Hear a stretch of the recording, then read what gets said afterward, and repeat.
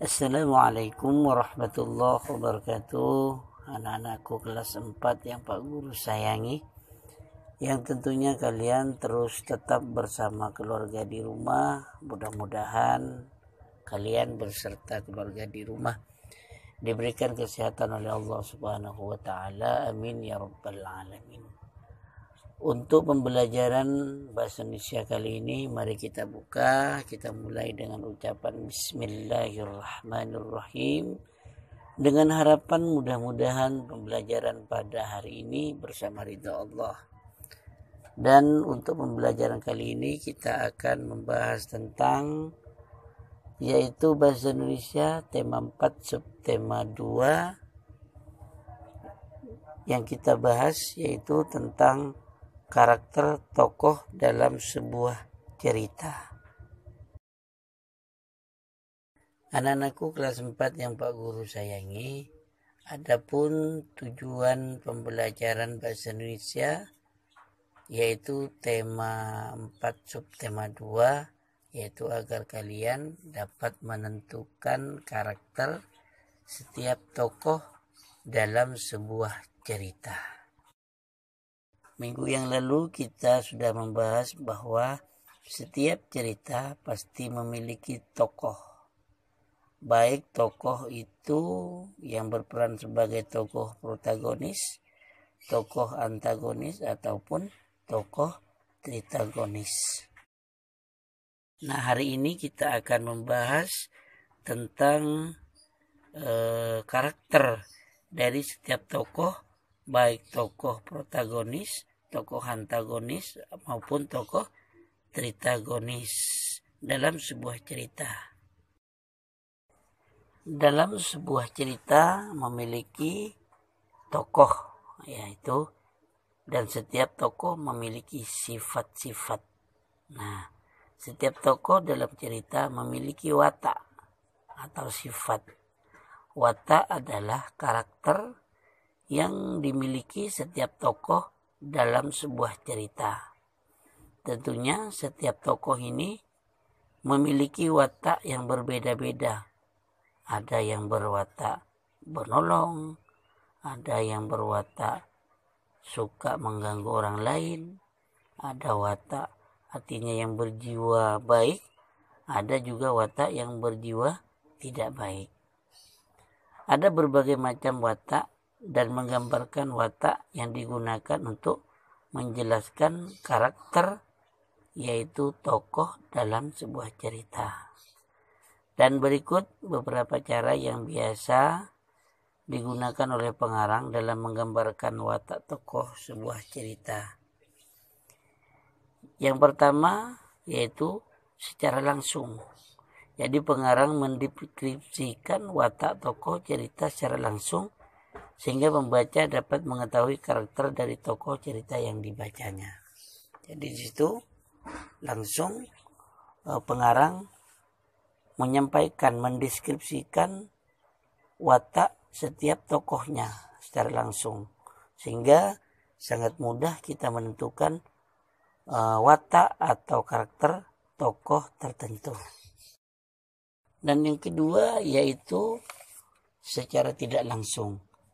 Artinya pengarang mendeskripsikan watak tokoh cerita melalui beberapa cara. Misalnya keadaan lingkungan, jalan pikiran, tindakan yang dilakukan, atau reaksi tokoh lain terhadap tokoh tertentu. Nah, ini yang dimaksud dengan menentukan tokoh, yaitu secara tidak langsung. Dan dalam pembelajaran ini Pak Guru berharap kalian dapat membandingkan antara tokoh satu dengan tokoh yang lain. Misalnya si A, apa karakter tokoh ini atau watak tokoh ini. Kemudian si B, bagaimana watak atau karakter tokoh si B. Kemudian si C, bagaimana watak atau karakter tokoh si C. Nah, Pak Guru berharap kalian dapat memahami perbedaan antara tokoh A, tokoh B, ataupun tokoh C. karakter yang dimiliki setiap tokoh yaitu memiliki fungsi. Di antara fungsi karakter yang dimiliki setiap tokoh dalam sebuah cerita yaitu untuk menghidupkan tokoh. Para pengarang berbeda-beda untuk menggambarkan watak atau karakter setiap tokoh dalam sebuah cerita. Nah, Pak Guru akan sampaikan ada 3 cara untuk menggambarkan tokoh, ya, yaitu wataknya atau karakter yang dimiliki oleh seorang tokoh. Yang pertama dilihat dari keadaan fisik. Yang kedua dilihat dari keadaan psikis. Dan yang ketiga dilihat dari gambaran atau keadaan seorang tokoh dari segi sosiologis. Jadi yang pertama, cara yang digunakan oleh pengarang untuk menggambarkan karakter atau watak seorang tokoh dalam sebuah cerita yaitu dilihat dari keadaan fisik. Nah, dilihat dari keadaan fisik ini berkaitan dengan ciri-ciri tubuh pada tokoh. Bagaimana ciri-ciri tubuh yang dilihat dari umur. Ya, biasanya kalau anak kecil berarti masih kecil. Kemudian kulitnya masih halus. Nah, kemudian misalnya dilihat dari ciri fisik orang yang sudah tua. Oh, berarti ciri fisiknya kulitnya yaitu sudah keriput-keriput, giginya ompong.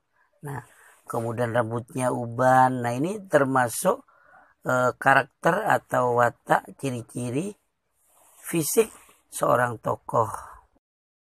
Atau juga bisa dilihat dari tinggi pendeknya atau kurus gemuknya, ya, raut wajah ada yang ganteng, ada yang lucu misalnya. Kemudian ada yang tinggi, ada yang pendek, ada yang kurus, ada yang gemuk. Ini termasuk karakter seorang tokoh yang dilihat dari fisik. Kemudian yang kedua yaitu menggambarkan karakter atau watak tokoh yang dilihat dari keadaan psikis. Kemudian yang kedua, untuk menggambarkan karakter sebuah tokoh dalam cerita, pengarang dilihat dari keadaan psikisnya. Keadaan psikis ini berkaitan dengan kondisi kejiwaan tokoh, keadaan tokoh, atau perbuatan tokoh, tingkah laku tokoh. Karena psikis ini berkaitan dengan sikap yang dimiliki oleh seorang tokoh. Dan yang ketiga yaitu dilihat dari keadaan sosiologis. Nah, ini keadaan sosial. Ada seorang tokoh yang bekerja sebagai pejabat. Kemudian keadaan sosial bagaimana seorang tokoh itu jadi orang miskin, atau jadi orang kaya, atau jadi seorang raja, atau jadi seorang rakyat. Nah, di situ digambarkan melalui sosiologisnya. Nah, anak-anakku, selanjutnya dalam sebuah cerita atau cerpen misalnya, itu memiliki unsur-unsur, baik unsur-unsur intrinsik ataupun unsur-unsur ekstrinsik. Unsur-unsur intrinsik yang terdapat di dalam sebuah cerita atau misalnya cerpen meliputi diantaranya yaitu 1, tema, yang kedua itu tokoh, yang ketiga karakter tokoh, yang keempat alur, yang kelima latar, dan yang keenam yaitu pesan, ya, atau amanah pada cerita tersebut. Kemudian unsur-unsur cerpen atau cerita ini yang kita bahas kali ini yaitu kita menitik beratkan atau memfokuskan kepada amanat dalam sebuah cerita. Jadi dalam sebuah cerita pasti memiliki amanat atau memiliki pelajaran yang harus dijadikan contoh dalam kehidupan sehari-hari. Amanah atau nilai-nilai amanah atau pesan yang terdapat dalam sebuah cerita bisa berupa nilai luhur dalam kehidupan. Nah, nilai-nilai luhur dalam kehidupan ini berupa moral, agama, sikap yang baik, kejujuran misalnya, tanggung jawab, harga diri, ataupun tenggang rasa. Jadi dalam sebuah cerita diharapkan dapat memberikan nilai-nilai kehidupan yang dapat memberikan nasihat kepada orang yang membacanya. Nilai-nilai kehidupan tersebut dapat dikelompokkan menjadi beberapa bagian, misalnya diantaranya yaitu nilai moral, nilai sosial, nilai budaya, nilai agama, ataupun nilai psikologis. Nah, nilai-nilai sosial berhubungan dengan antar manusia dalam lingkungan tertentu, seperti berhubungan dengan kebiasaan, adat istiadat, pola pikir masyarakat, ataupun berhubungan dengan norma-norma yang berlaku di masyarakat. Jadi kami berharap, Pak Guru berharap kalian untuk mempelajari unsur dalam cerita ini, yaitu agar kalian dapat mengambil hikmah, dapat mengambil pelajaran, atau dapat mengambil dakwah, nilai dakwah yang terdapat dalam sebuah cerita. Demikianlah pembelajaran bahasa Indonesia tema 4 subtema 2 telah kita bahas bersama-sama. Dengan pembelajaran ini Pak Guru berharap mudah-mudahan kalian dapat membedakan karakter setiap tokoh dalam sebuah cerita. Dan yang kedua, Pak Guru berharap kalian dapat menentukan, menjelaskan amanah atau pendidikan atau juga dakwah yang terdapat di sebuah cerita itu. Dan sebagai pendalaman materi, kalian buka buku LKS-nya, kerjakan halaman 61 dan halaman 62. Sampai di sini pembelajaran dari Pak Guru. Pak Guru akhiri dengan ucapan Alhamdulillahirabbil alamin. Wassalamualaikum warahmatullahi wabarakatuh.